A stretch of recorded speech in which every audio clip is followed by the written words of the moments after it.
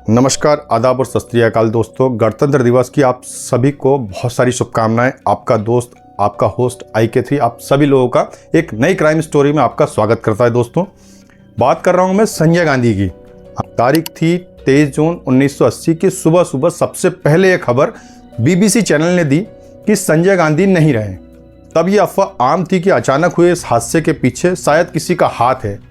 अफवाहों के इस जंगल में इंदिरा गांधी की भूमिका को लेकर भी तमाम तरह के सवाल लोगों के जहन में घुमड़ रहे थे। सवाल एक था कि संजय गांधी की मौत हुई है या कोई दुर्घटना या कोई सोची समझी साजिश जिसमें किसी की खास भूमिका थी।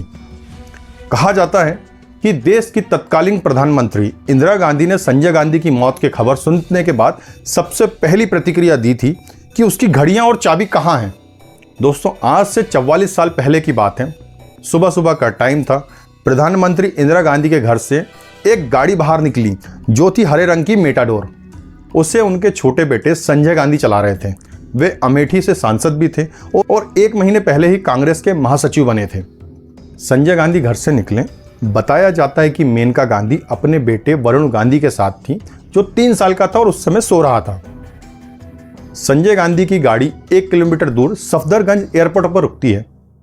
यहां दिल्ली फ्लाइट क्लब के चीफ इंस्ट्रक्टर सुभाष सक्सेना उनका इंतजार कर रहे थे। एक नया एयरक्राफ्ट पिट S2A तैयार खड़ा था। यह हल्के इंजन का विमान कलाबाजी दिखाने के लिए जाना जाता था। संजय गांधी सुभाष सक्सेना के साथ विमान में सवार हुए। तब सुबह के बज रहे थे तकरीबन 7:15। रिपोर्ट से पता चला कि कुछ ही मिनटों बाद जहाज ने जैसी उड़ान भरी उसने अपना नियंत्रण खो दिया और घर घर की आवाज करता हुआ विमान डिप्लोमेटिक एन्क्लेव में संजय गांधी के घर से सिर्फ कुछ ही मिनटों की दूरी पर क्रैश हो गया। दोस्तों, हादसे की खबर फैलते ही मिनटों में एम्बुलेंस मौके पर पहुंच गई। डालियां काटी गईं। प्लेन के मलबे के बीच से संजय गांधी और सुभाष की लाश को निकाली गई। बताया जाता है कि ब्रेन हेमरेज के चलते दोनों की मौके पर ही मौत हो गई थी। उन्हें वहीं स्ट्रेट लाल कंबल से ढक दिया गया। कुछ ही मिनटों के बाद वहां प्रधानमंत्री इंदिरा गांधी पहुंच जाती हैं। उनके साथ उनके सचिव RK धवन भी थे। कार से उतरते ही इंदिरा गांधी दौड़ लगाने लगी और फिर कुछ संभली, मगर बेटे की शक्ल देखने के बाद वो फूट फूट कर रोने लगी। इस घटनाक्रम के बीच में कहा जाता है कि उन्होंने पूछा था कि उसकी घड़ी और चाबियां कहाँ हैं। हालांकि इस बात की पुष्टि आज तक नहीं हो पाई। अफवाहों में तो इंदिरा गांधी को रुमाल से लपेट कर कुछ दिए जाने की बात भी हो रही थी, लेकिन आज तक उसकी पुष्टि नहीं हो पाई। एक माँ के रूप में इंदिरा गांधी की बहुत बड़ी क्षति थी, लेकिन बेअंदाज संजय को अपनी सत्ता और शक्ति के आगे सब छोटे नजर आते थे। मां की हैसियत उससे अलग नहीं थी।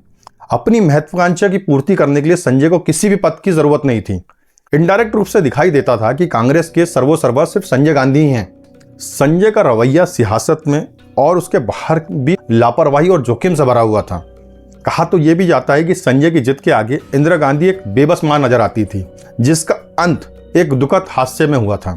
सूत्र बताते हैं कि संजय गांधी विरोधी दलों के लिए इमरजेंसी के खलनायक थे। संजय की पहली जिद थी जनता की कार बनाना। मारुति के नाम से संजय के सपने के लिए इंदिरा गांधी ने बैंकों की तिजोरियां तक के खुलवा दी थी, लेकिन बाद में संजय को सरकारें बनाने में और गिराने में बहुत मजा आने लगा था। दिल्ली के तुर्कमान गेट पर स्लम बस्ती हटाने के लिए बिल्डोजर चलवाकर गोलियां चलवाना, नसबंदी कार्यक्रम के लिए जोर जबरदस्ती करना आदि के नाम से संजय गांधी बदनाम थे। लेकिन 1980 के चुनाव में इंदिरा गांधी की वापसी कराने में भी संजय की बहुत खास भूमिका थी। एक तरीके से तय हो गया था कि इंदिरा गांधी के राजनीतिक उत्तराधिकारी के रूप में सिर्फ संजय गांधी ही होंगे, लेकिन काल को कुछ और ही मंजूर था।